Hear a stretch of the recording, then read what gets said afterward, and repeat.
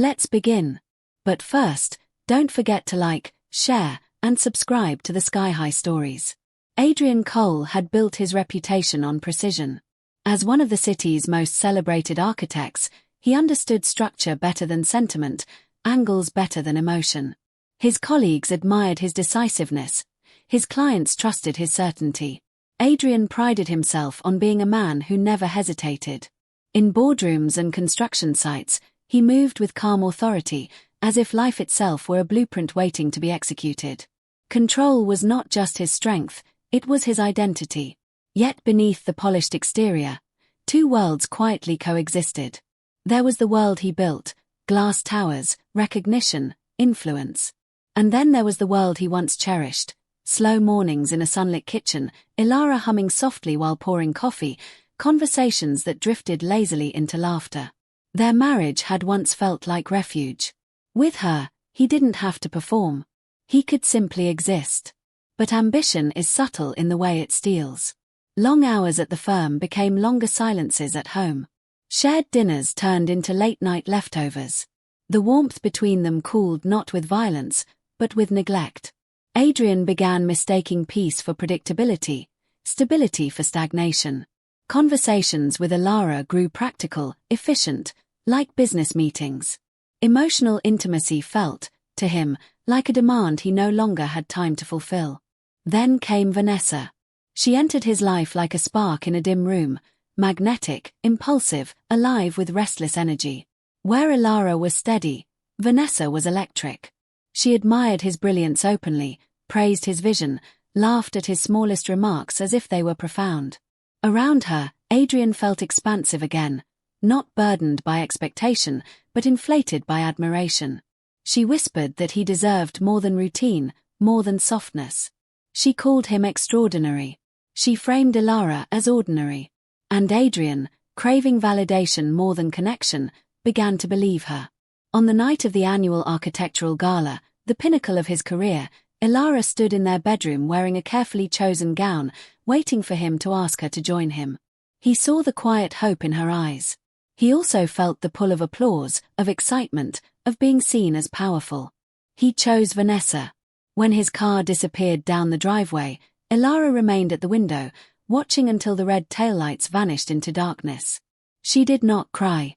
The absence of tears felt heavier than any sob could have. She sat slowly on the edge of the bed, hands resting in her lap. The silence around her was louder than betrayal. That night, the true conflict was not between wife and mistress. It was between loyalty and ego, intimacy and validation, love and pride. And Adrian, believing he was in control, had already begun to lose everything. The ballroom shimmered beneath cascading crystal chandeliers, each prism scattering light across marble floors polished to perfection. Waiters moved like choreography through the crowd, balancing silver trays of champagne while a string quartet softened the edges of ambition in the air. It was a night designed for spectacle, for triumph, for recognition, for permanence. Adrian stood at the center of it all. His newest architectural masterpiece, a sweeping glass tower that redefined the city skyline, had been described as a symbol of vision and permanence. The word permanence echoed through speeches and introductions, repeated with admiration. Investors praised his foresight. Industry leaders shook his hand firmly. Cameras flashed with relentless approval. Ironically, permanence was the one thing quietly slipping through his fingers. Vanessa radiated beside him, perfectly attuned to the spotlight. She laughed a little too loudly at private jokes, her hand resting possessively on his arm as if claiming territory. She leaned into him when photographers approached, her smile sharp and victorious. In hushed whispers, she painted pictures of their future, vacations, expansion, a life unfettered by routine. Around them, colleagues exchanged subtle glances. They all knew he was married. They had met Elara at previous events, remembered her warmth, her quiet elegance. But no one intervened. Success has a way of silencing morality. Power makes people look away. Midway through the evening, as applause swelled once more, Adrian felt the subtle vibration of his phone in his pocket. He excused himself just long enough to glance at the screen. A single message from Elara. "I hope you shine tonight." No accusation. No bitterness. Just kindness. It unsettled him more than anger would have. Her gentleness felt heavier than confrontation. For a fleeting second, doubt pricked beneath his confidence. Then Vanessa's laughter cut through the air, and the moment passed. He slipped the phone back into his pocket. Later, standing on stage beneath bright lights, Adrian was asked the inevitable question, "Who stood beside you through this journey?" He hesitated. The pause was brief, barely noticeable. Then he gestured toward Vanessa. Applause erupted instantly. She beamed. The lie came easily. At that exact moment, miles away in a darkened bedroom, Elara folded the last of her clothes into a suitcase with steady hands. The ballroom roared with celebration. And in the quiet of their home, something far more permanent unraveled. Elara had not disappeared impulsively. To anyone looking from the outside, her absence seemed sudden, dramatic even. A wife gone overnight, no forwarding address, no public explanation. But the truth was quieter than that. The truth had been unfolding for months, perhaps years, in the invisible spaces between words. Long before the gala, long before Vanessa's laughter-filled rooms that once held shared silence, Elara had begun preparing. Not loudly. Not rebelliously. Carefully. She was not planning to leave Adrian for someone else. She was preparing to leave the version of herself that had grown smaller inside the marriage. There had been a time when she spoke freely, when her thoughts arrived at the dinner table with confidence.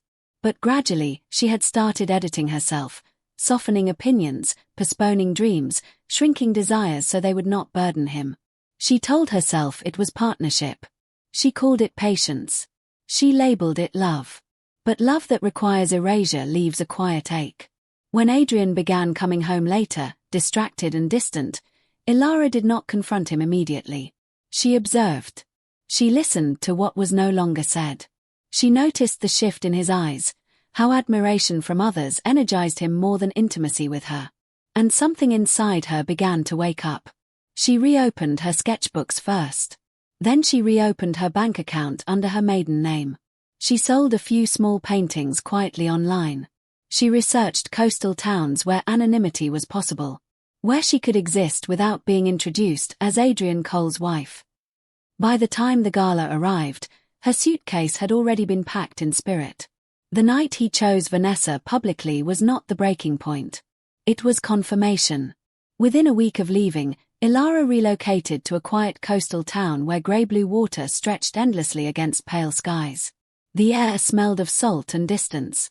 No one recognized her face. No one asked about her marriage. She rented a modest studio apartment overlooking the sea. Small, imperfect, entirely hers. The floors creaked. The windows let in too much wind. But the space breathed. She signed her paintings with her maiden name again. The first nights were the hardest. Familiarity has its own gravity. She missed the rhythm of shared mornings, the way Adrian used to reach for coffee half asleep, the comfort of knowing someone else occupied the next room. She missed history. Shared jokes. The architecture of a life built together. But she did not miss invisibility. She did not miss swallowing disappointment. She did not miss feeling like background support in someone else's spotlight.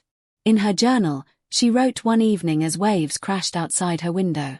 He didn't break my heart in one night. He erased it slowly, each time I chose silence over self-respect. Writing the words did not make her bitter. It made her honest.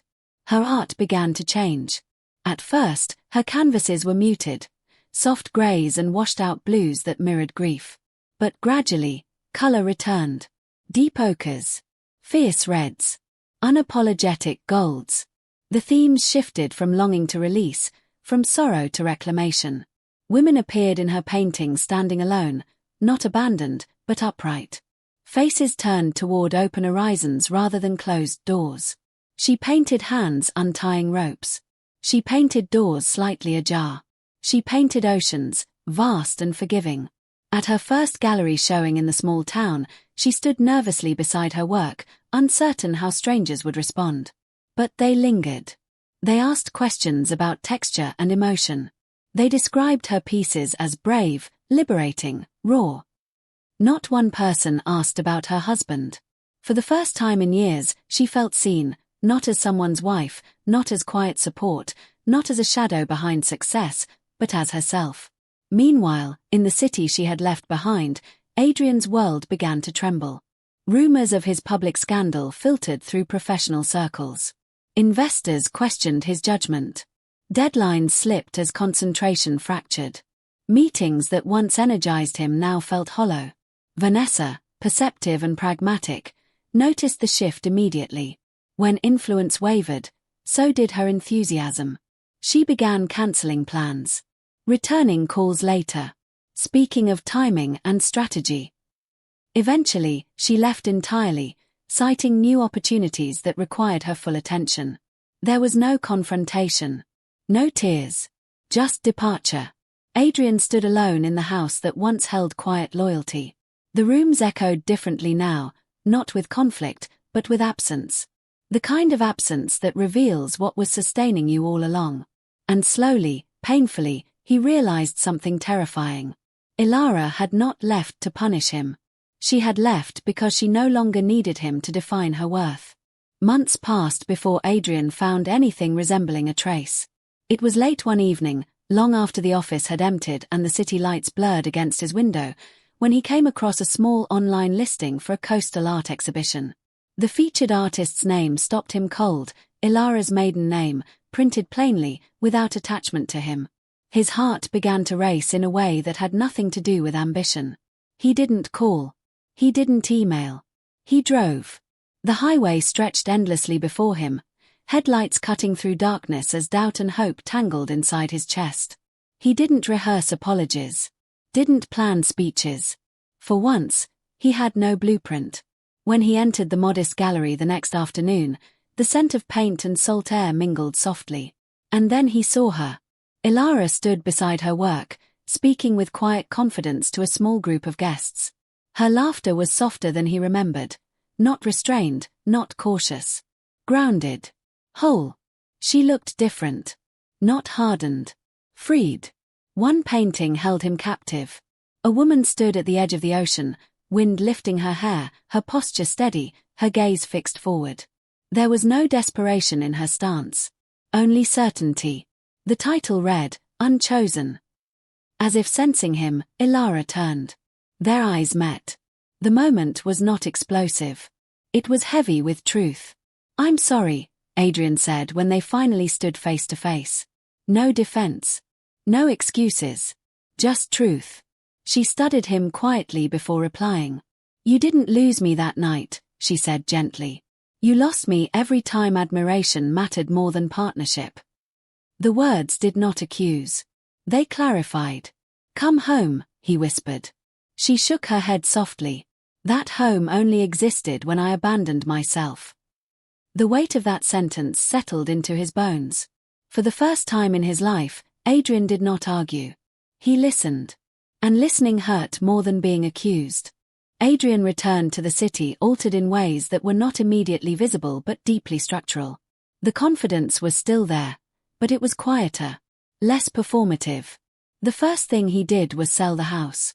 Not because it hurt to see reminders of Elara, but because he understood that the man who had lived within those walls had mistaken admiration for love. The house had been a monument to his ego as much as his success. Letting it go felt less like loss and more like accountability. He stepped down temporarily from his public leadership role at the firm. The board was surprised. Some assumed scandal, others weakness. He did not correct them. For the first time, protecting his image felt irrelevant. He began therapy, not as a symbolic gesture, but as excavation. He confronted the patterns he had avoided for years, his hunger for validation, his discomfort with emotional vulnerability, his need to be admired rather than known. The work was humbling. He stopped chasing applause. He declined speaking engagements that once fed his pride. Instead, he began mentoring young architects just entering the field. In small conference rooms and quiet coffee shops, he spoke candidly about ambition and its cost. He told them that brilliance without integrity is structural failure disguised as success. He warned them that what collapses emotionally will eventually fracture professionally. Months passed with steady, imperfect growth. Occasionally, he wrote to Elara. Not letters of persuasion. Not pleas for return. Just honest updates. What he was learning. Where he was struggling. Where he was trying again. He never asked her for reassurance. She did not respond. But she read them. 1 year after the gala night, Adrian returned quietly to her coastal town for another exhibition. The gallery was fuller this time. Her name, her own name, printed confidently on display cards. He did not approach her. He stood at the back, listening as she spoke about transformation and reclaiming identity. When the event ended and guests filtered out, Elara walked toward him. "I see the difference," she said softly. There was no bitterness in her voice. Only observation. This time, Adrian did not ask her to come home. He did not ask for forgiveness. He simply said, "I'll keep becoming someone worthy, whether you walk beside me or not." Silence stretched between them, not tense, but thoughtful. Measured. Then she reached for his hand. Not as surrender. Not as nostalgia. But as possibility. The story closes not with dramatic reconciliation, but with earned hope. Love, it suggests, is not proven in grand gestures beneath chandeliers. It is proven in growth when no one is watching. The night he chose his mistress, his wife disappeared. But the man who once needed to be chosen learned, slowly and painfully, how to choose integrity instead. And this time, there was no audience. Only two people, aware that love is not about being picked in a moment of ego, but about choosing each other every day after.